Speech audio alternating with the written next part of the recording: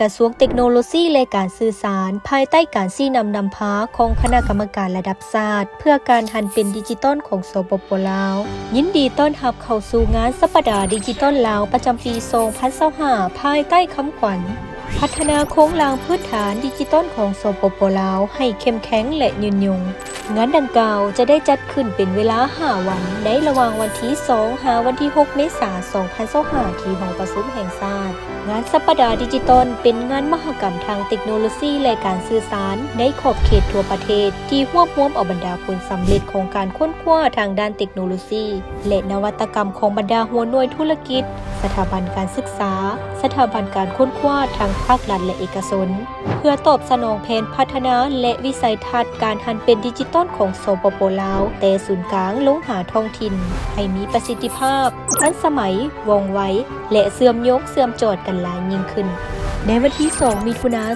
2023 ท่านประธานประเทศแห่งสาธารณรัฐประชาธิปไตยประชาชนลาวได้ตกลงรับรองเอารัฐดำรัสว่าด้วยการแต่งตั้งคณะกรรมการระดับชาติเพื่อการหันเป็นดิจิตอลของสปป.ลาวซึ่งรวมมีวิสัยทัศน์การพัฒนาเศรษฐกิจดิจิตอลแห่งชาติระยะ20 ปี 2021 หาปี 2040 แผนยุทธศาสตร์พัฒนาเศรษฐกิจดิจิตอลระยะ 10 ปี ปี 2021 หาปี 2030 และแผนพัฒนาเศรษฐกิจดิจิตอลแห่งชาติระยะ 5 ปี ปี 2021 หาปี 2025 และในวันที่ 31 เดือนตุลาคม 2023 ท่านนายกรัฐมนตรีแห่งสาธารณรัฐประชาธิปไตยประชาชนลาวได้รับมอบเอาดำรัสว่าด้วยการจัดตั้งและการเคลื่อนไหวของคณะกรรมการระดับชาติเพื่อการหันเป็นดิจิตอลของสปป.ลาวในนั้นหมวดที่ 5 มาตราที่ 12 ได้ระบุว่ารัฐบาลได้กำหนดเอาวันที่ 10 มกราคมเป็นวันดิจิตอลแห่งชาติในแต่ละปีอยู่ศูนย์กลางและท้องถิ่นให้จัดเฉลิมฉลองด้วยรูปการที่เหมาะสมเพื่อสุขอยู่ส่งเสริมขบวนการหันเป็นดิจิตอลของสปป.ลาวบนพื้นฐาน 3 เสาค้ำคือสังคมดิจิตอลเศรษฐกิจดิจิตอลและรัฐบาลดิจิตอลเพื่อประกอบส่วนเข้าในการพัฒนาเศรษฐกิจสังคมแห่งชาติให้เติบใหญ่และยืนยงภายใต้การชี้นำพาอย่างใกล้ชิดของคณะกรรมการระดับชาติเพื่อการหันเป็นดิจิตอลของสปป.ลาวและกระทรวงเทคโนโลยีและการสื่อสารจึงเฮ็ดให้งานสัปดาห์ดิจิตอลลาวในแต่ละปีได้รับผลสำเร็จอันจบงามพร้อมทางสามารถสร้างขบวนการมีส่วนร่วมเพื่อการหันเป็นดิจิตอลทั้งภายในและต่างประเทศอย่างเป็นขบวนฟุตฟื้นซึ่งแสดงให้เห็นจากผลสำเร็จของการจัดงานสัปดาห์ดิจิตอลประจำปี 2024 ที่ผ่านมาที่ประกอบมีหลายเหตุการณ์ประวัติศาสตร์ได้ถึงจัดตั้งปฏิบัติขึ้นเส้นพิธีประกาศวันดิจิตอลแห่งชาติ 10 มังกรหรือ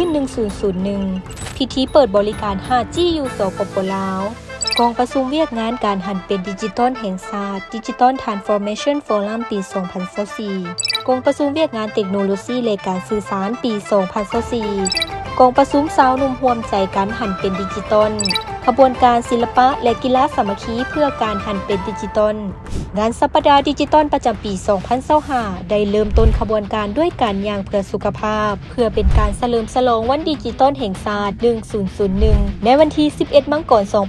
2025 ที่ผ่านมาที่บึงท่าหลวงนครหลวงเวียงจันทร์พร้อมทั้งเป็นการสุขนุ่งส่งเสริมให้ทั่วสังคมได้รับรู้และเข้าใจเกี่ยวกับการหันเป็นดิจิตอลของสปป.ลาวและเป็นการก้าวเกียมเข้าสู่งานสัปดาห์ดิจิตอลประจำปี 2025 พิเศษงานสัปดาห์ดิจิตอลประจำปี 2025 จะเป็นการประกอบส่วนการสร้างขบวนการที่สำคัญคงทั่วสังคมเพื่อคำนำรับต้อน3งานบุญประวัติศาสตร์ของสปป.ลาวคือวันสร้างตั้งพรรคประชาชนปฏิวัติลาวครบรอบ 70 ปีวันสถาปนาสปป.ลาวครบรอบ 50 ปี วันคล้ายวันเกิดประธานไกรสอนพรหมวิหารครบรอบ 105 ปีอย่างเป็นขบวนฟุตฟื้นพร้อมทั้งเป็นการสร้างขบวนการคงทั่วสังคมเพื่อเฉลิมฉลองวันไปรษณีย์แห่งชาติและวันโทรคมนาคมแห่งชาติครบรอบ 60 ปี ภายในงานสัปดาห์ดิจิตอลประจำปี 2025 จะประกอบมีหลายกิจกรรมสำคัญเช่นกองประชุมระดับสูงเพื่อการหันเป็นดิจิตอลกองประชุมเวียกงานเทคโนโลยีและการสื่อสารกองประชุมเผยแพร่เวียกงานรัฐบาลดิจิตอลกองประชุมฝึกอบรมสร้างความเข้มแข็งให้มียิ่งลาวเพื่อการหันเป็นดิจิตอลนอกจากนี้ยังมีกองประชุมสัมมนาเกี่ยวกับการหันเป็นดิจิตอลการเชื่อมโยงเศรษฐกิจดิจิตอลการนำใช้เทคโนโลยีอัจฉริยะเข้าในเวียกงานการบริหารการส่งเสริมธุรกิจสตาร์ทอัพการส่งเสริมความรู้พื้นฐานเกี่ยวกับการหันเป็นดิจิตอลให้แก่นักเรียนนักศึกษา การนำใช้เทคโนโลยีเข้าในเวียกการศึกษาการวางแสดงเทคโนโลยีข้อมูลข่าวสารโทรคมนาคมและนวัตกรรมที่เป็นผลงานการค้นคว้าและประดิษฐ์สร้างของธุรกิจสตาร์ทอัพจากภายในและต่างประเทศเวทีการพบปะสนทนาปรึกษาหารือและแลกเปลี่ยนความเห็นเกี่ยวกับการค้นคว้าและการลงทุนด้านเทคโนโลยีและการสื่อสารระหว่างภาครัฐเอกชนสถาบันการค้นคว้ามหาลัยนักเชี่ยวชาญและผู้ประกอบการจากภายในและต่างประเทศกิจกรรมการแข่งขัน Innovation ICT Award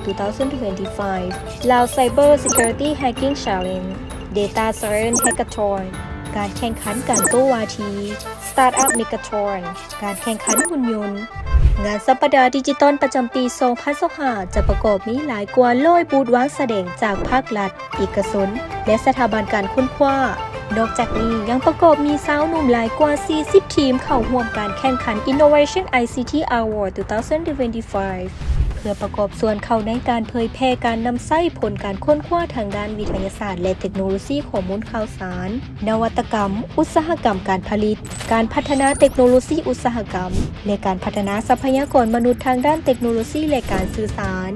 การละโอกาสในการร่วมมือจากบริษัทสตาร์ทอัพทางภายในและต่างประเทศจาก10ภาคส่วนเชี่ยวชาญจากแผนกการต่างๆจำนวนหลายกว่า300ท่านพร้อมด้วยกระทรวงต่างๆที่ปินโอมคาดคะเนจำนวนผู้เข้าร่วมงานสัปดาห์ดิจิตอลปี 2025 หลายกว่า 4,000 คนบรรดาท่านที่นับถือและหักแพงขบวนการพัฒนาและการหันเป็นดิจิตอลของสปป.ลาวกำลังได้รับการจัดตั้งปฏิบัติและเฮ็ดให้สปป.ลาวได้เข้าร่วมการปฏิวัติอุตสาหกรรมครั้งที่ 4 อย่างที่บ่เคยมีมาก่อนฉะนั้นจึงเป็นโอกาสดีที่ประชาชนลาวบรรดาเผ่าจะได้ประกอบส่วนเข้าในการหันเป็นดิจิตอลให้แก่ทั่วสังคมพร้อมกันส่งเสริมและพัฒนาโครงหลังพื้นฐานเศรษฐกิจดิจิตอลของสปป.ลาวให้เข้มแข็งและยืนยง